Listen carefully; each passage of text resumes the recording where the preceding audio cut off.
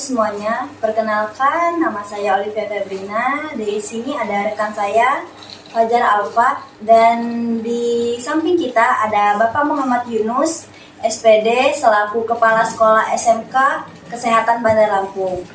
Di sini Bapak Yunus sebagai narasumber kita yang akan membahas tentang kenakalan remaja. Pak, apa kabar? Alhamdulillah baik, Mas. Gimana sampean kabarnya? Baik-baik saja, sehat? Baik. Ya, gimana Mbaknya? Sehat ya? Iya, sehat. Nah, Sebelumnya Bapak ini kesehariannya apa aja? saya kesehariannya kebetulan saya ini bekerja di SMK Kesehatan Bandar Lampung. Ya. Saya dulunya adalah kepala sekolah. Ya. Dulu tapi ya dulu, sekarang alhamdulillah saya sekarang jadi wakil kepala sekolahnya. Ya, jadi saya tidak jadi kepala sekolah tuh bebannya menjadi lebih ringan sebenarnya gitu, Mbak. Malah bersyukur gitu ya. Jadi beban kita di atas tuh malah lebih berat daripada yang di bawah. Ya, pasti. Iya, gitu. Bapak, ini apa? Pada tahun berapa sih masuk SMK Kesehatan? Saya masuk di SMK Kesehatan itu tahun 2014. Oh, cukup lama ya. Nah, ya. Jadi kalau kita hitung-hitung itu 10 tahun genap, 10 Iya. tahun ini kita. Nah, kebetulan saya masuk itu ketika sekolah itu memang sedang merintis gitu. Benar-benar merintis, baru awal-awal. Yang dimana ya baru satu kelas kita. Siswanya juga minim. Iya, kan masih awal-awal. Ya, Tantangan Bapak waktu awal-awal masuk ini apa?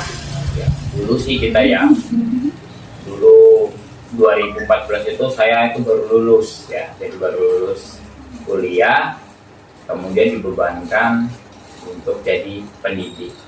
Ya, pendidik itu mencerdaskan anak bangsa. Nah, jadi yang dulunya saya itu cuek, yang dulunya saya istilahnya ya ini sekarang harus peduli. Iya. Nah, kita peduli akan anak-anak kita, peduli akan murid-murid kita. Setelah saya berkecimpung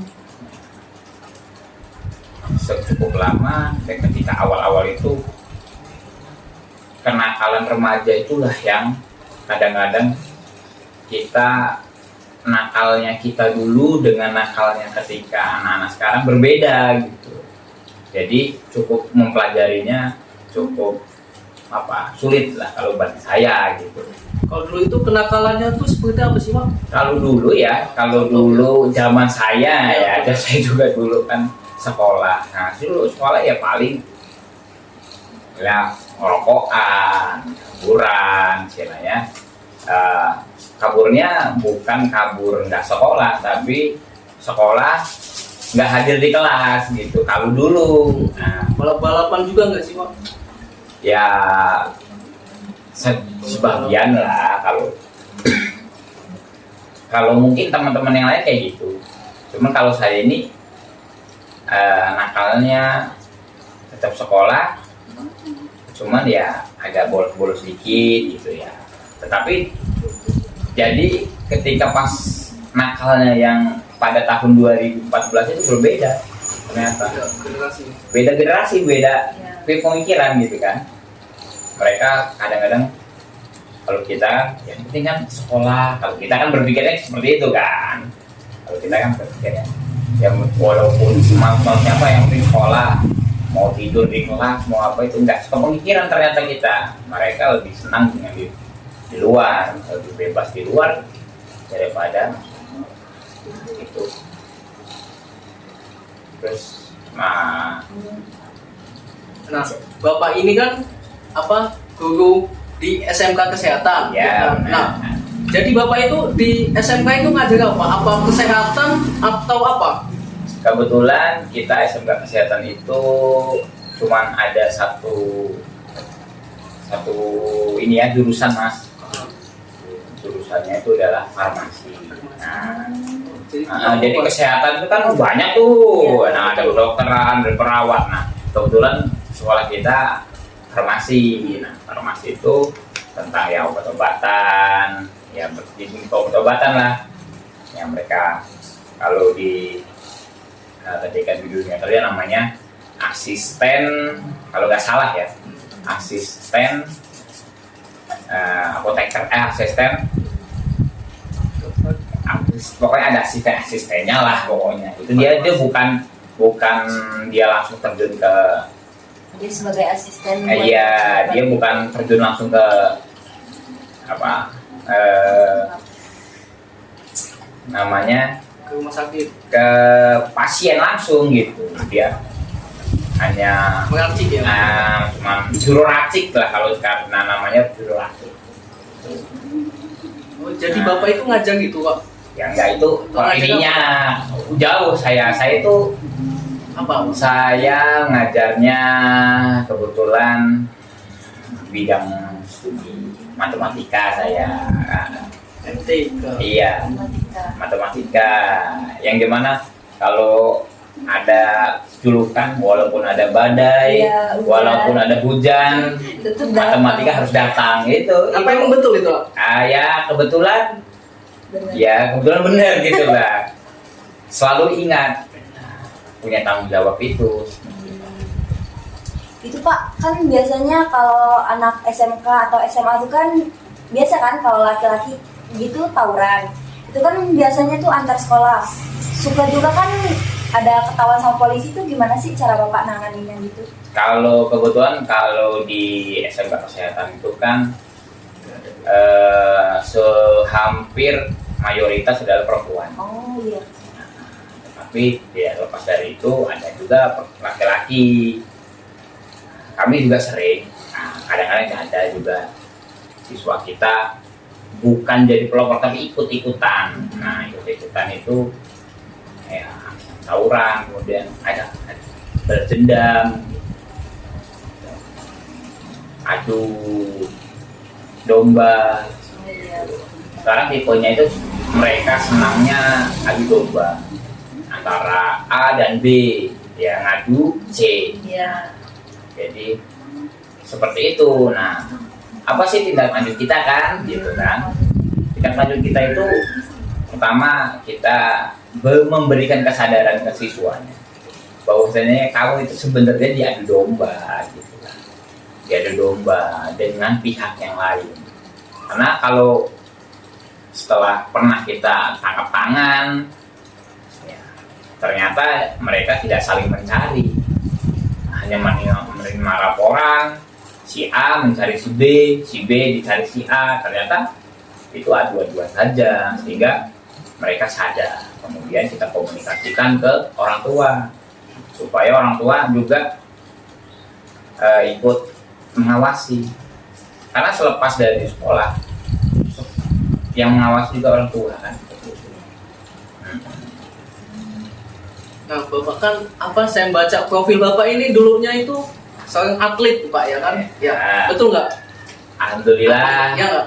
Benar. Kenapa ngambilnya itu pendidikan matematika? Ya. Kenapa tidak penjas? Ya, jadi kenapa saya mengambil matematika itu? Jadi itu dulunya namanya dulu itu keinginan dan harapan itu kadang tidak tersalurkan. Ya. Nah, saya pengennya sih memang penjas dulu. Kebetulan di penjas itu saya belum dapat kesempatan untuk masuk. Kemudian karena saya dekat dengan orang tua saya, diberikan nasihat, diberikan petunjuk, kata orang tua saya ambil ke sini saja, ke matematika saja. Kebetulan orang tua saya juga, bapak saya, mendiamin bapak saya, ngajarnya matematika katanya. Jadi saya disuruh meneruskan lah katanya gitu. Nah, sehingga ya udah.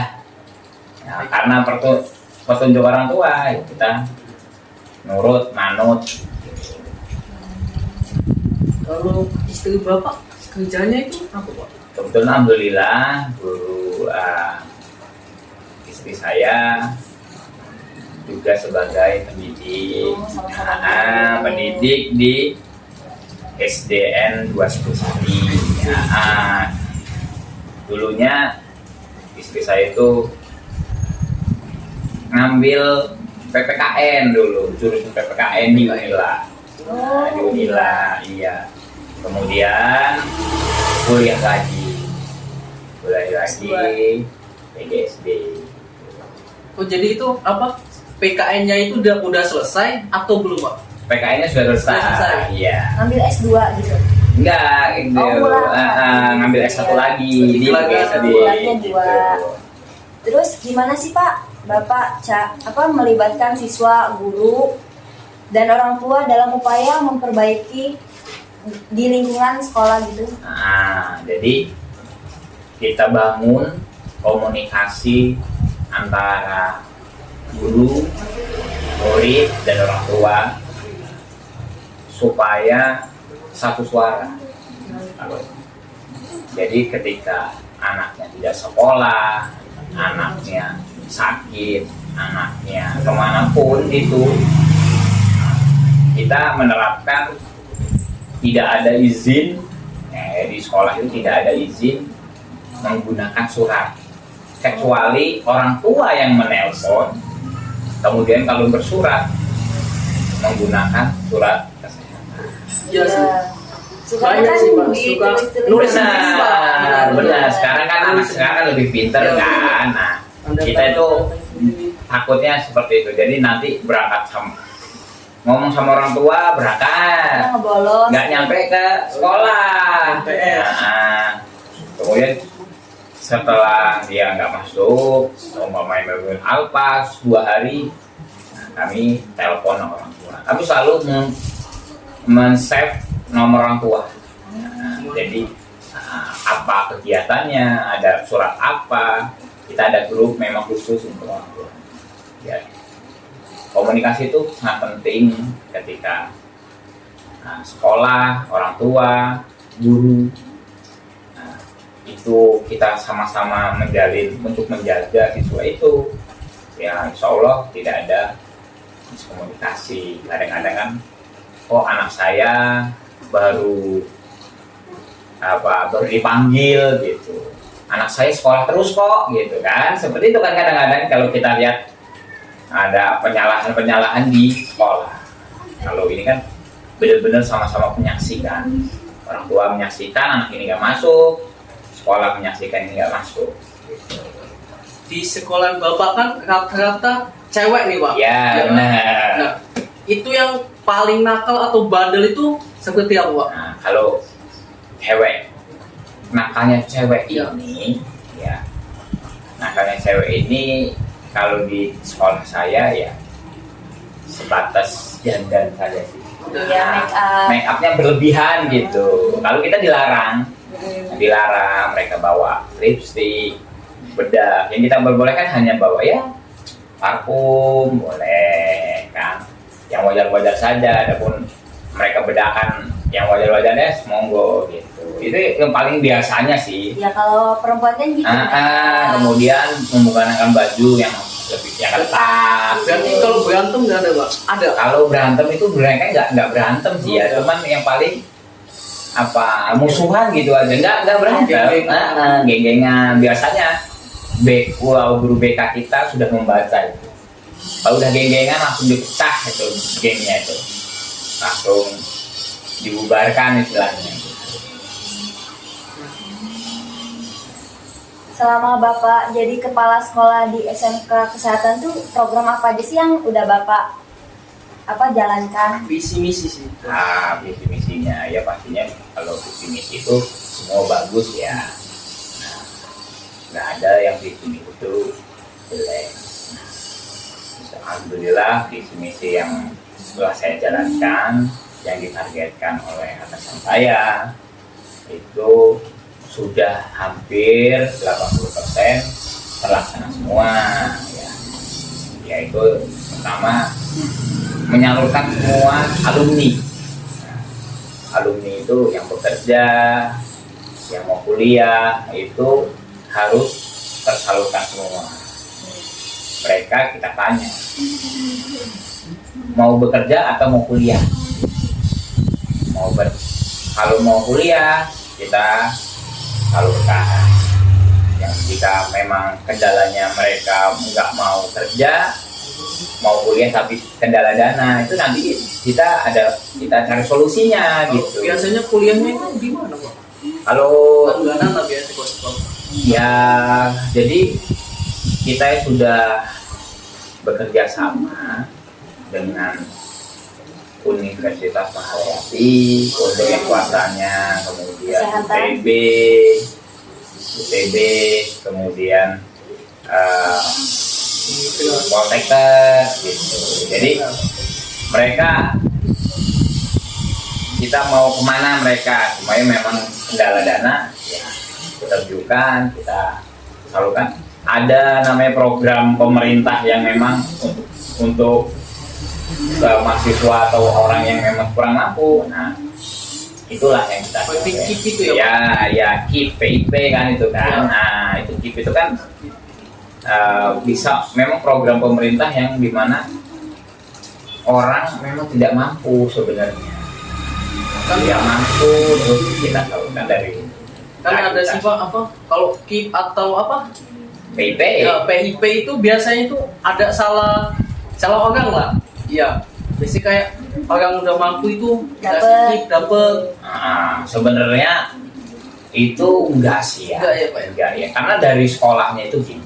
Sudah ada sistemnya. Nah, sistemnya dari sekolah itu kita kan tahu ya. Dia tahu bahwasanya orang ini memang tidak mampu. Enggak mungkin sekolah itu dia nggak mampu kemudian disalurkan jadi mampu, atau sebaliknya dia mampu terus kita salurkan jadi tidak mampu. Mungkin kalau ada mungkin beberapa oknum saja, tapi kalau di sekolah kami salurkan yang memang benar-benar, karena hampir 50% di sekolah kami ini istilahnya orang memang kurang mampu. Ada yang tinggal di panti, ada yang memang bermasalah dengan keluarganya, sehingga itulah kami face to face dengan anaknya ada masalah apa, sehingga kita tahu.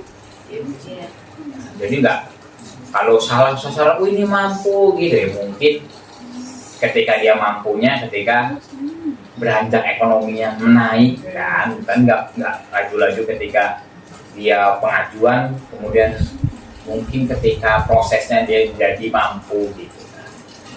Oh iya, Pak.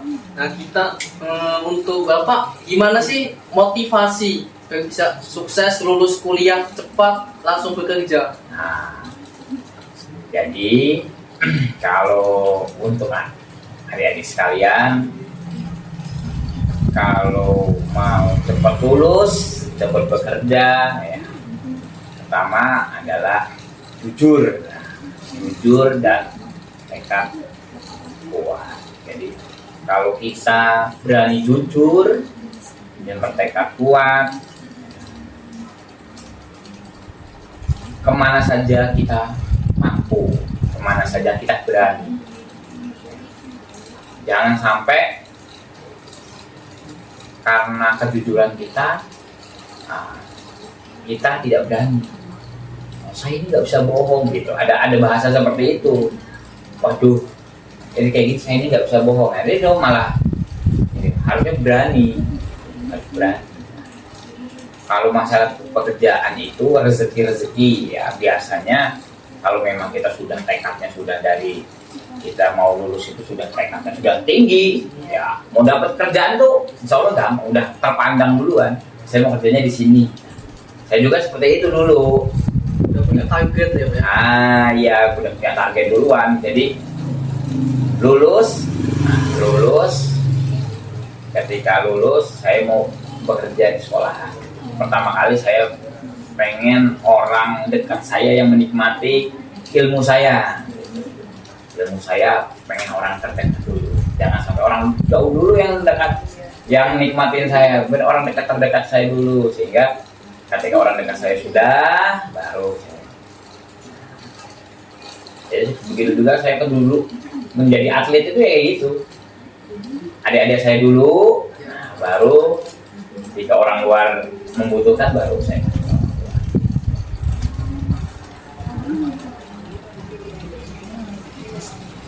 Oke, makasih Bapak Iya. itu selaku narasumber kita. Ya, Mbak. Kita akhiri. Wassalamualaikum warahmatullahi wabarakatuh. Waalaikumsalam.